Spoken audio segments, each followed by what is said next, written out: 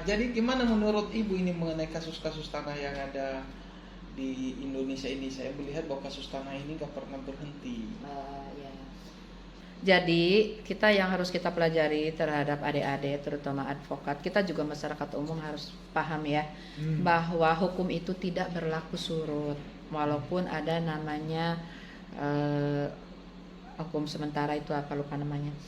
Jadi kita harus hati-hati dan teliti ketika kita mendapat ahli waris yang mengaku memiliki tanah tetapi tanah itu sengketa. Hati-hati sekali. Jadi jangan tergiur, karena kita sebagai orang advokat adalah orang yang cerdas atau pinter, yang peka ya. Jadi jangan tiba-tiba tekan kontrak dibayar, jangan. Kalau tanah banyak sekali tahapan-tahapan yang harus dijalankan ketika kita menangani kasus tanah. Bukan hanya normatif, tetapi juga kita ada bagi kami ya, ada yang tidak kasat mata kalau tanah. Karena tanah bagi keyakinan kami, alam ini adalah hidup. Jadi wajib kita hargai, hormati dengan budaya kita masing-masing. Alam itu hidup, tanah itu hidup.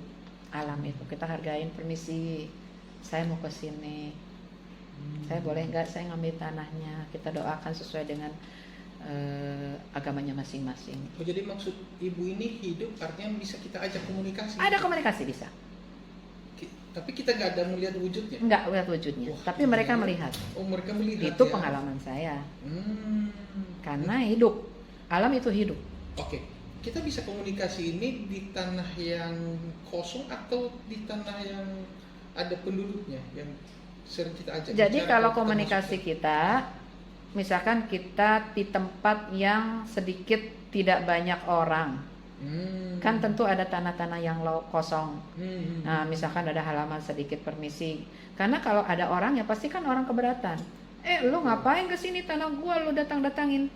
Otomatis kan kita datang ke tempat yang kosongnya dulu. Betul. Jadi kalau kita ingin menangani sengketa tanah, jangan ngelihat uangnya, jangan ngelihat suratnya betul bagus, belum tentu benar terdaftar di negara. Apalagi yang dikatakan sekarang ini hukum tidak berlaku surut. Jadi jangan sampai kita terjebak. Kita nangani tanah, sebelum kita tanda tangan tekan kontrak, minta ahli waris tunjukin dulu tanahnya di mana. Nah, tanah di mana, cross check dulu. Apakah ada orang yang menguasain atau tidak secara fisik manusia. Non fisik PT Metaporposa kita permisi ke tanah kosong. Bicara. Permisi ya, yang menjaga di alam ini saya diberikan kuasa kepada ahli waris si Fulan untuk menangani tanah ini. Permisi, apakah saya boleh menangani tanah ini? Kalau boleh berikan jalan yang terbaik, atau tidak boleh. Kalau tidak boleh tunjukkan, jangan terlalu lama. Permisi, saya ambil tanahnya sedikit, kita berdoa. Oh gitu ya? Iya, harus itu wajib kalau tanah. Jangan songong, kita nggak boleh. Songong gujuk dibayar, nggak boleh. Ini alam, tanah itu alam. Ada penunggunya. Itu etika. Jadi tetap kita harus jaga etika itu. Mereka bisa lihat kita nggak bisa melihat mereka. Ibaratnya inilah kepercayaan. Ini kepercayaan ini berdasarkan agama atau berdasarkan alam ini kepercayaan? Alam. Berdasarkan alam ya. Alam. Artinya ada penguasa lah yang ada. Yang tidak kelihatan dengan mata. Tidak ada. Karena kalau kelihatan oleh mata, otomatis si penghuni pasti marah. Kenapa tanah saya diukur? Keberatan. Nah, yang tidak kasat mata adalah alam. Alam kita hargain dengan cara kita. Permisi, karena mulut kita hanya bisa begitu. Kita kan tidak bisa bahasa alam. Yang menguasain bahasa binatang aja konon Nabi Sulaiman. Ya kan? Nah, di agama manapun, makanya kita dengan bahasa kita, etika kita, permisi ke suatu tempat, maaf, itu harus. Jadi guys, saya juga pernah ketemu orang kemarin ini, dia bilang, oh ini tanah nenek moyang saya. Saya bilang ada suratnya, nggak ada. Kalau zaman dulu itu nggak ada surat, tapi ini termasuk tanah nenek moyang saya ini. Saya besar di sini, buktinya ada kuburan. Nah ini. Bagaimana menurut Ibu ini? Apa udah menjadi satu bukti bahwa dengan ada kuburan orang tuanya di situ bahwa adalah milik nenek moyangnya atau bagaimana kalau Nah. dalam kasus-kasus tanah seperti Ya, jadi ini kalau namanya kuburan itu bisa bukti bisa tidak, bisa bukti permulaan bisa tidak juga. Tidak dibarengin dengan data fisik yaitu surat atau kesaksian. Ada tetangga zaman dulu yang masih hidup, mungkin cucunya atau yang udah sepuh, ditanya apa betul tanah ini adalah tanahnya bapak ini dulu, gitu kan? Iya. Oh bukan, tapi si Fulan ini dulu di sini hanya menggarap. Nah berarti itu hanya penggarap. Penggarap justru memiliki surat. Baik itu kalau di Sumatera namanya SKHU, surat keterangan hak usaha tanah. Tapi kalau di DKI namanya petuk, Jawa Barat namanya kikitir, khohir. Kalau di daerah lain namanya SKHU, itu bukti garapan. Nah itu kuat ketika ditingkatkan kita bersurat dulu ke kelurahan. Apakah surat ini betul enggak atas nama si B? Nah kalau si B mengatakan bahwa si Puan ini memang punya, itu dasarnya kita dari B. Nanti akan satu areal akan ketahuan. Ke kelurahan dulu, oh iya dulu ini suratnya, girik C-nya misalkan D2. Nah punya ibu ini juga D2, berarti memang beda persilnya. Misalkan yang si bapak yang masih hidup dan memiliki sertifikat persilnya misalkan 14, otomatis si ibu sebelah mungkin 13, nggak akan jauh. Jadi kalau tidak ada surat bisa tanya kepada tetangga sebelah atau ke area jauh di mana. Itu nanti ada satu hamparan. Itu ke kelurahan. Nah, ketika suratnya itu zaman dulu tidak ada surat dan mungkin perponding ataupun apa itu harus melacaknya ke Balai Harta Peninggalan. Itu di Medan membawahi Palembang. Medan itu membawahi Palembang.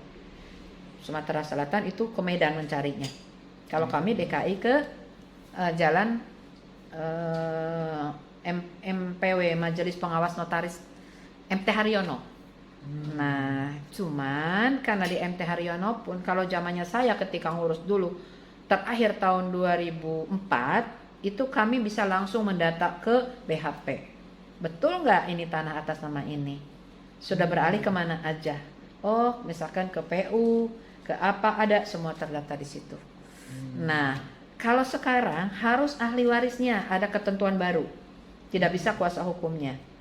Jadi harus ahli waris membawa surat keterangan.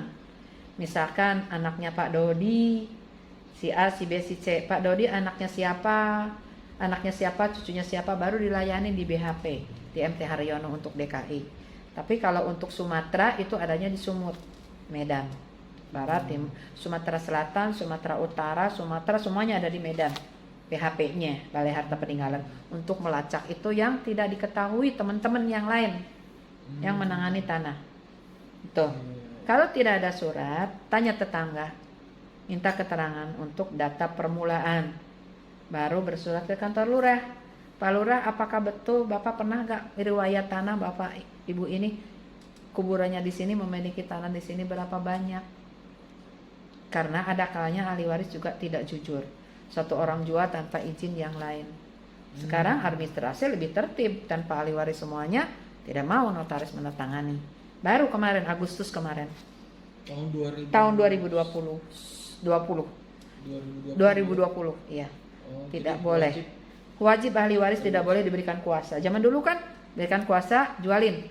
Boleh, ya. Sekarang nggak boleh. Nggak boleh lagi ya? Nggak boleh lagi notaris. Orangnya, ya? Harus orangnya. Itu.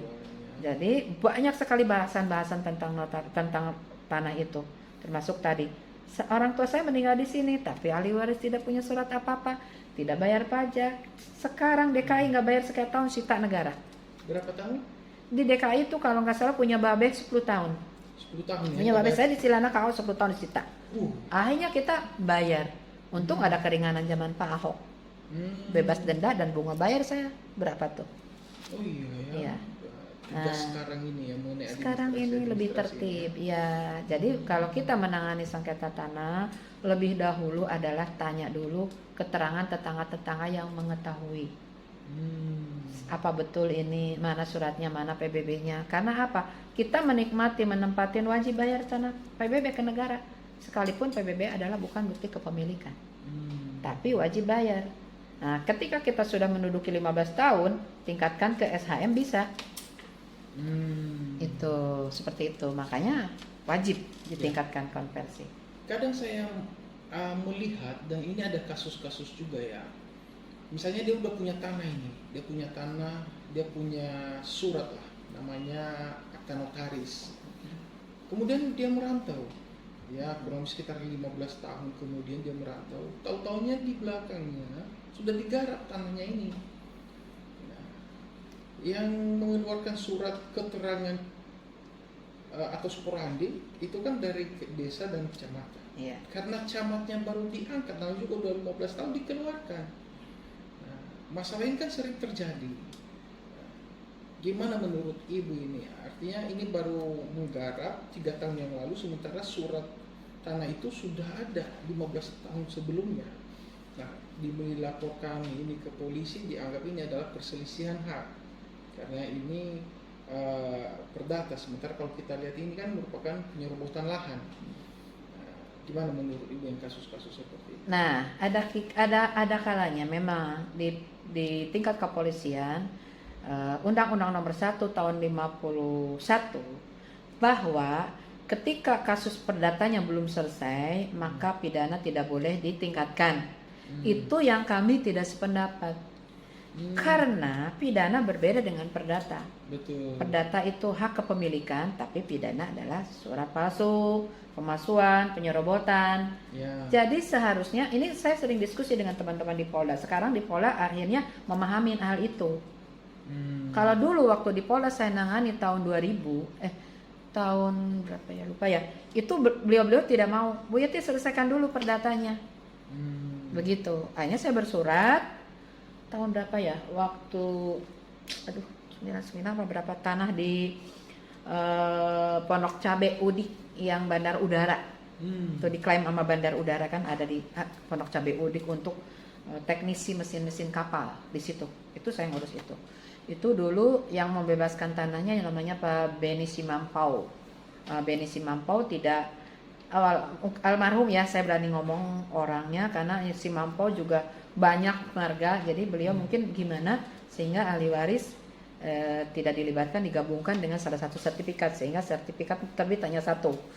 Nah, saya gugatkan, saya lapor polisi Polda, ternyata dari Polda bilang harus diselesaikan perdatanya dulu, baru pidananya terpenuhi, begitu. Nah, tapi belakangan ketika bersama teman-teman saya bilang ini tidak adil namanya. Betul. Kita kan ingin mencari keadilan, harusnya dipisahkan perdata ya perdata. Karena perdata itu, gugatan perdata itu tidak ada kadaluarsa. Tapi kalau pidana kan adalah kadaluarsa. Kita 1 tahun udah nggak bisa melapor, harus diperbaharui bahwa betul si B menyerobot tanah kami pada hari ini jam sekian tanggal sekian.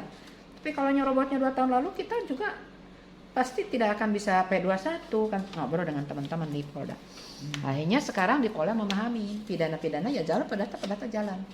Begitu. Jadi kalau kaitan perdata dengan pidana sekarang sudah berjalan dua-duanya harus. Tapi kaitannya dengan tadi, saya punya bukti AJB tetapi ditinggalkan.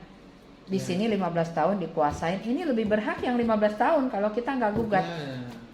Ini yang lebih berhak 15 tahun karena di situ undang-undangnya mengatakan begitu. Makanya PR kita itu mari kita diskusi dengan pemerintah. Pemerintah juga sibuk ngurusin demo ini. Diskusi kita ke depan, kita bikin safety, benahin. Karena ini adalah jantungnya manusia warga negara Indonesia. Ketika di BPN-nya sisi lain legal, jual belinya, sisi lain 15 tahun menguasai boleh ditingkatkan menjadi hak milik. Pemilik awal pergi, mungkin tugas atau apa seperti tadi itu. Akhirnya merasa diserobot. Karena saya punya bukti belum dibatalkan akte AJB-nya.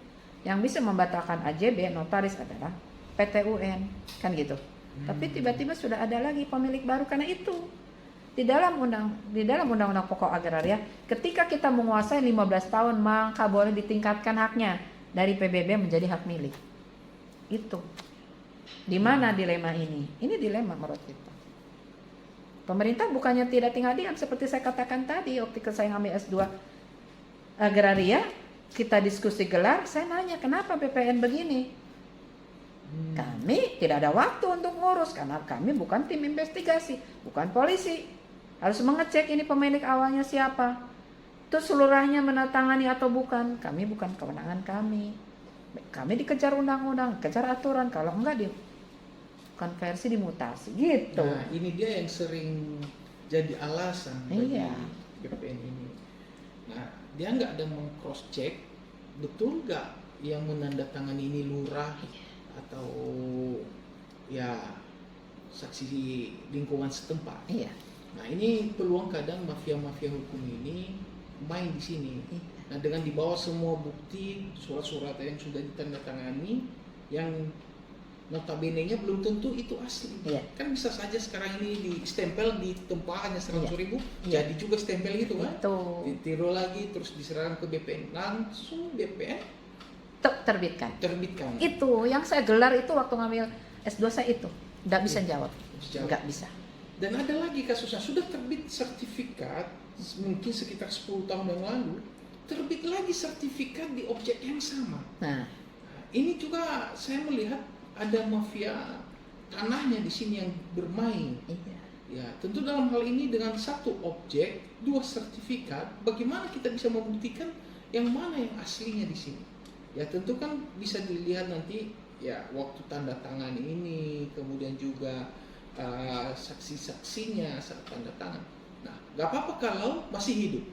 Kalau sudah meninggal semua, nah ini juga merupakan PR kita. Ya, target kita lah. Betul. Dalam penegakan hukum ini bagaimana sebenarnya. Itu banyak terjadi. Dimanapun banyak terjadi seperti itu. Akhirnya gontok-gontokan, rakyat kecil bacok-bacokan karena dia merasa punya dua-duanya otentik. Iya, Yang betul. terbitkan BPN. Ya. Lokasinya satu lokasi di situ. Ya. Apalagi orang tuanya sudah meninggal. Saya dikasih orang tua kok. Ya. Kita mau ngomong sama kuburan, nggak mungkin kan? Betul. Ini PR kita semua masyarakat Indonesia. Harus lebih hati-hati dan penegak hukumnya apa di mana letaknya nih supaya tidak begini kan gitu. Iya. Yang jelas ketika saya masih sekolah kuliah nggak bisa terjawab seperti itu, nggak bisa. Iya, ya, nggak bisa ini. Karena BPN itu tadi saya diperintahkan oleh aturan 4 bulan diumumkan tidak ada yang komplain harus terbit. Ketika ada persyaratan sporadik dan tidak sengketa dari lurah, entah lurah abal-abal atau siapa, kami bukan penyidik. Ya kan kita juga nggak bisa salahkan mereka. Karena aturannya begitu. Iya. Iya. Akhirnya saya berbalik ke saya, oke ibu, ya oke lu kalau memang mau bikin disertasi tentang ini, setuju kamu, tapi ya hati-hati langkah kamu, karena pasti akan berbenturan dengan Ya, penguasa. iya, dengan kasus-kasus yang Mendingan nggak usah dijadiin, yang penting saya udah tahu ilmunya. iya. Itu PR kita. Karena apa? Kita nyalakan orang BPN saya sudah terpenuhi kok unsurnya. Iya. Salah saya di mana? Itu. Nah, sementara ini nggak usah jauh-jauh deh, tanah klien saya di Jeruk Purut di sini. Pak Lurahnya sampai marah-marah, Bu Yati, saya tidak pernah memberikan tanda tangan keterangan sporadik dan surat keterangan tidak sengketa. Kok sudah jadi gedung? Kok sudah jadi sertifikat? Wah. Kita mau lawan? Ahli waris? Zero. No money. Semua pipis aja bayar 5.000. Bagaimana? Betul. Iya. Lurah tidak pernah tanda tangan jadi gedung mewah. Padahal saya yang menangani perkaranya. Ya kita ya sebagai advokatnya juga nggak dapat honorarium karena udah beralih tiba-tiba. Iya. Bertambah ke situ. Ini PR bener-bener. Nah, ini juga terkait juga mengenai kasus yang kita tangani ya. Kadang klien ini awalnya dia minta kita untuk jadi kuasa hukumnya. Iya. Di tengah jalan dengan semudahnya 1 lembar kertas, dia bilang cabut surat kuasa. Ini juga saya melihat kok seringan itu. Apakah ada upaya hukum lain kok bisa segampang itu mereka Nggak cabut kuasa? bisa, nggak boleh. Kita punya hak retensi undang-undang advokat.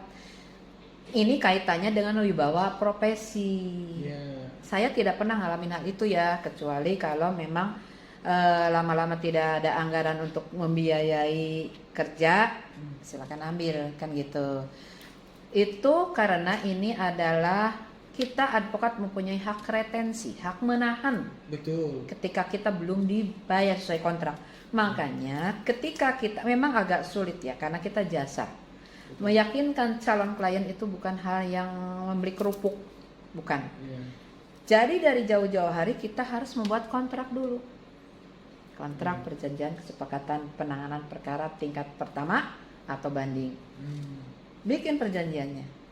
Berapa biaya operasional, berapa biaya lawyernya, kasnya, kantor berapa. Total 300 juta misalkan. Ditandatangani success fee 20%. Minimal 10% undang-undang wajib advokat dibayar. Sampaikan kepada ahli waris. Ini tanda tangan dulu, kalau enggak kami enggak akan bisa bekerja. Begitu. Nah, ketika mereka meminta dokumen, jangan diberikan karena kita punya kredensi. Betul. Sudah bekerja berapapun, menang dan salah kan bukan urusan kita karena hakim. Betul. Nah, itu satu. Dua, itu klien harus jujur. Karena kalau klien nggak jujur, kita terjebak ketika dalam udah berjuang di tengah-tengah pantang mundur, ternyata si kliennya itu tidak jujur. Oh, ternyata saya pernah jual di bawah tangan ke A, ke B, ke C. Tanah tersebut intervensi gugatan. Disangkanya kita tidak profesional, padahal si klien yang dari awal tidak jujur. Makanya dari awal itu ketemu manusia itu lebih sulit ketimbang yang lainnya. Karena ahli waris itu beda-beda. Berbohong, minjam, kayak gitu. Padahal kalau jujur kan lebih enak. Saya pernah minjam uang 1M ke sini, Bu, kalau berhasil tolong bayar. Itu tuh lebih enak. Betul. Tapi kalau diam-diam, kita udah berjuang, udah di tengah-tengah, akhirnya dia dituntut, lebih baik dituntut daripada dituntut saya cabut aja deh kuasa. Padahal dia sendiri yang salah. Iya. Jadi dari awal memang kita memberikan pemahamannya itu dengan sikap humanis sama inner beauty sama karena kalau juga kita kaku, dia klien akan takut. Belum apa-apa sudah begini, sudah begitu kan, akan pergi. Jadi memang menyikapi orang itu kita harus mempunyai kalau dulu saya ada sekolah namanya sekolah kepribadian ya. Jadi kita ada intonase atau dari awal itu kan pandangan pertama adalah itu yang akan diingat oleh si klien ketika kita pertama bertemu. Itu yang harus kita mempunyai kalau saya dulu sekolah kepribadian, bagaimana nyikapin orang kayak gitu, maunya seperti apa. Itu kan ada klien ahli waris yang sok tahu, dikasih tahu malah sok tahu, banyak itu manusia kayak gitu kan. Nah, jadi kita harus bisa mengimbangi emosi lah kalau klien, dan mereka harus yakin bahwa kita memang ahli atau paham akan bisa menangani hal itu.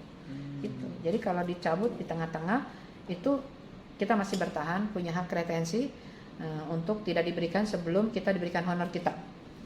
Karena advokat wajib, undang-undang advokat wajib, pasal 20 kalau nggak salah, wajib gitu. Jadi kalau klien kita ini tidak memberikan dokumen asli kepada kita sebagai kuasa hukum, ya kita nggak bisa menerima kasus itu. Seharusnya asli surat-surat itu harus diserahkan kepada kita, kan? Diserahkan.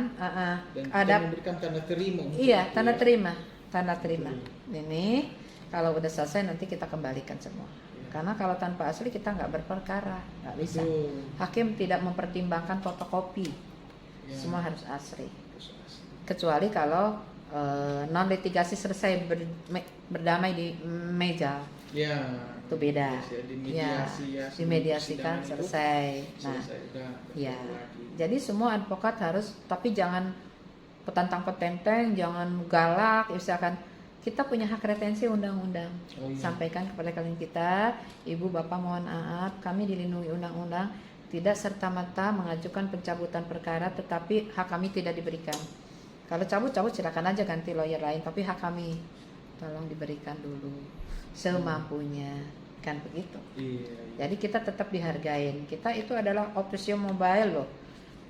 Officium mobile itu pekerjaan yang mulia, ya harus dimuliakan, jangan karena apa? Karena dampaknya terlalu, ini kalau diskusi sama teman-teman ya di penyidik, kenapa kadangkala penyidik tidak berkenan untuk didampingi oleh advokat, padahal undang-undang mengatakan ancaman hukuman 5 tahun ke atas wajib didampingi. Nah, secara nurani para teman-teman di penyidik, teman-teman ya yang dekat bilangnya karena kebanyakan advokat sehingga kami tidak respect.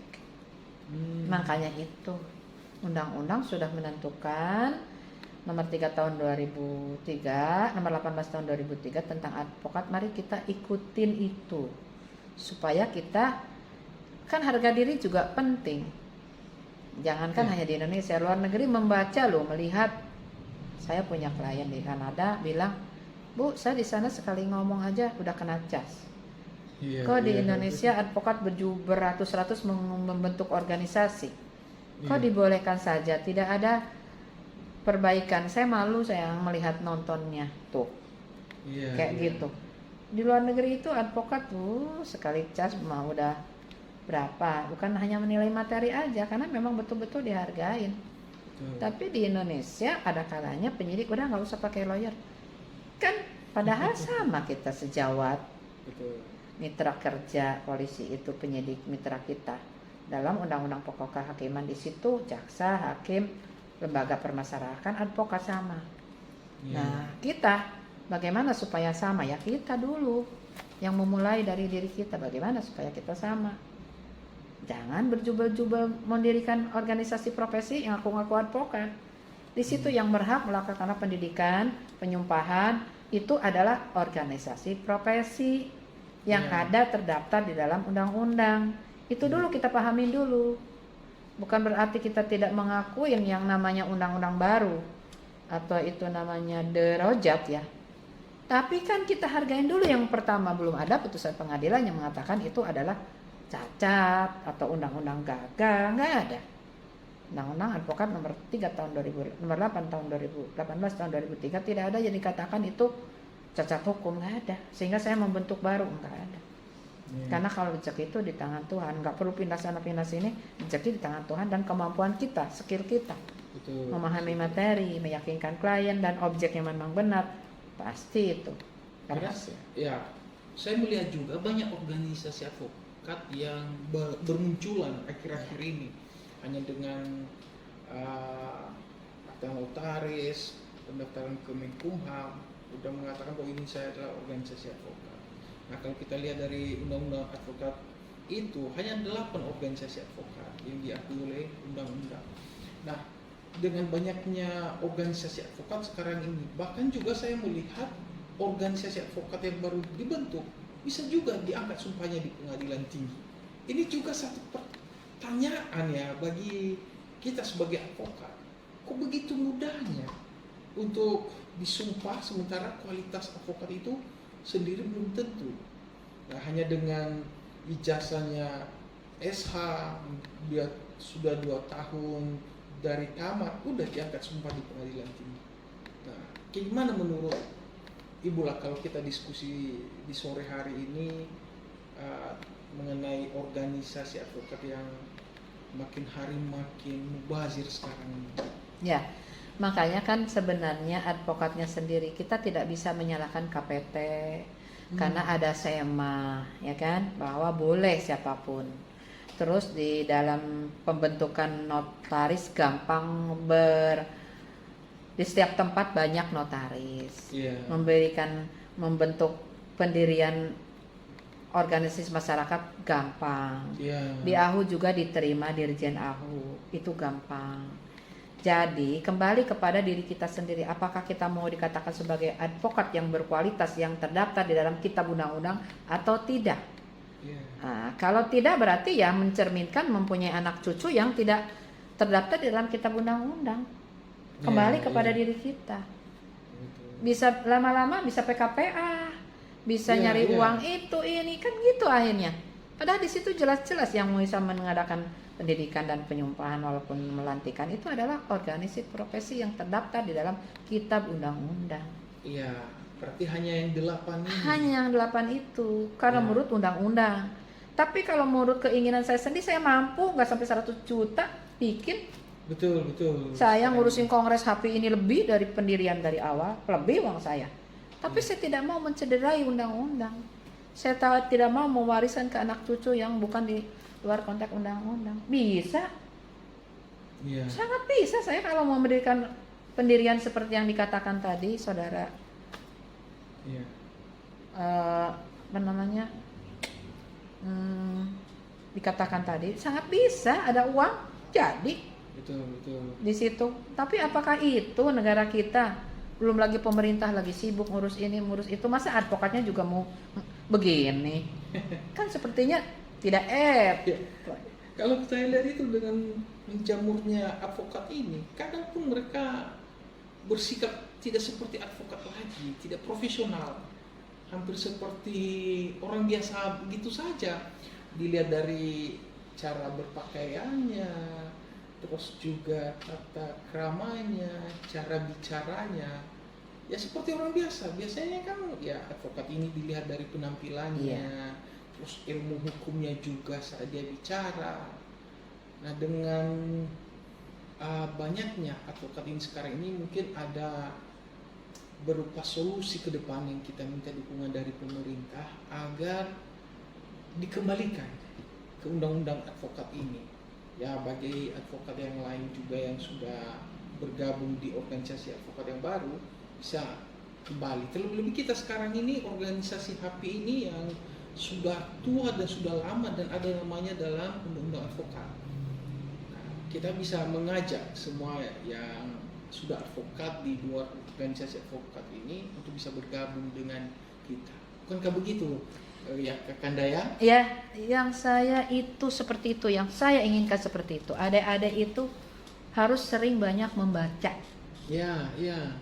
Harus sering banyak membaca. Karena apa? Pada dasarnya manusia dimanapun merasa dirinya paling benar. Ya. Merasa ingin menjadi leader. Ya. Kan saya katakan tadi, saya kalau mau jadi paling benar saya punya uang. Ya. Tapi saya tidak mau begitu. Ya. Kita sudah ada landasannya, sudah ada undang-undangnya. Mari Betul. kita benahin itu semua. Karena rezeki di tangan Tuhan. Ya. Jangan karena pindah ke sini saya jadi kaya raya, enggak begitu, enggak jaminan. Betul. Ini aja dulu baca, sering membaca, sikapin, terus jiwain. Kalau udah menjiwai, cintain. Minimal dulu undang-undang advokat ini dulu. Baca dulu undang-undang advokat. Kan kita Baru HAPI jadi punya. advokat. Iya. HAPI punya, tinggal baca di literatur Iya. HAPI itu. Betul. Banyak membaca, adik-adik banyak membaca, melek silahkan. Tapi Iya. yang udah melek banyak yang konversi ke kita. Jangan sampai mau jadi advokat tidak pernah baca undang-undang advokat. Nah ini juga. Jadi kita himbau kepada adik-adik kita lah yang baru-baru tamat, tamat dan sedang PKPA. Alangkah baiknya untuk mereka baca dulu undang-undang advokat itu. Siapa sih organisasi advokat itu yang diakui oleh undang-undang? Itu minimal dulu mereka harus tahu. Harus tahu itu. Karena Karena kalau opini atau tanggapan orang lain itu belum tentu benar. Misalnya mereka mengatakan, oh ini single bar, ini lebih hebat organisasi ini yang baru dan lain sebagainya. Tapi kita kembali ke undang-undangnya. Kenapa? Polisi bertindak, dia punya undang-undang, itu undang-undang kepolisian. Jaksa punya undang-undang kejaksaan. Hakim punya undang-undang kehakiman. Advokat punya juga undang-undang advokat. Nah, terus kenapa sekarang kok jadi seperti kacang goreng di mana-mana? Iya, itu yang juga saya. Karena adik-adik tidak membaca undang-undang. Betul. Seperti Mang Radius katakan tadi, Iya. adik-adik kurang banyak membaca. Iya, Harus minimal sering undang-undang membaca. advokat ini dulu. Undang-undang dulu, dibaca lama-lama kan mencintainya. Betul. Terus Tuh. baca lagi kode etik advokat Nah. lagi. Situ Tuh, terurai semua itu. betul. Ya mudah-mudahan dengan hadirnya HAPI ini bangkit lagi organisasi HAPI ini yang sudah lama ini belum banyak dikenal di tengah masyarakat. Ya ini akan menjadi satu terobosan bagi kita. Salah satunya adalah organisasi HAPI yang sudah tertuang di dalam undang-undang advokat. Mari kita sampaikan kepada saudara kita kalau ada yang masuk advokat atau mau bercita-cita jadi advokat, ya tidak ada salahnya untuk bisa gabung di organisasi HAPI ya. Nah, terima kasih sekali. Gini, karena apa? Kan wajib membaca. Membaca itu wajib. Ya. Sebagai advokat, baca undang-undang advokat. Ya. Polisi pasti udah di luar kepala. Ya. Jaksa juga sudah di luar kepala. Hakim apalagi karena tiap hari menyidangkan orang. Kenapa advokat nggak di luar kepala juga? Ya. Kan itu sama. Kalau kita tidak memahami undang-undang dan tidak mencintai, tidak memaknai, tidak membuat menjadi darah daging kita, ketika di lapangan akan terbentur.